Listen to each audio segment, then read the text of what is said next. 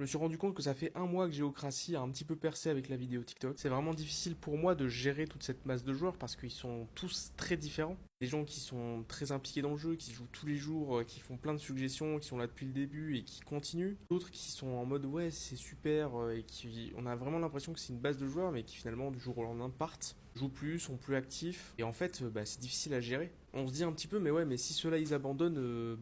qui va rester? Là c'est vraiment pas facile pour moi de réussir à gérer les bugs en se disant oh là là je fais n'importe quoi en termes de qualité mais aussi de se dire ah, mais il faut aussi que je fasse une nouvelle feature parce que là les gens ils sont limités.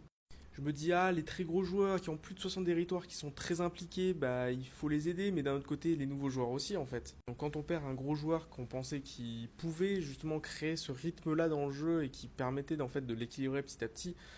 eh ben, c'est dur. J'abandonne pas, j'essaie de garder le moral, de me dire, de toute façon, je veux faire ça, donc j'avance comme ça sans vraiment regarder ce qui se passe ou en essayant d'être le moins focus sur ce qui se passe dans le jeu parce que ça m'affecte beaucoup de voir un joueur qu'on a vu depuis le début qui était en mode ouais c'est génial, c'est incroyable ce que tu nous fais et que finalement bah, il joue plus.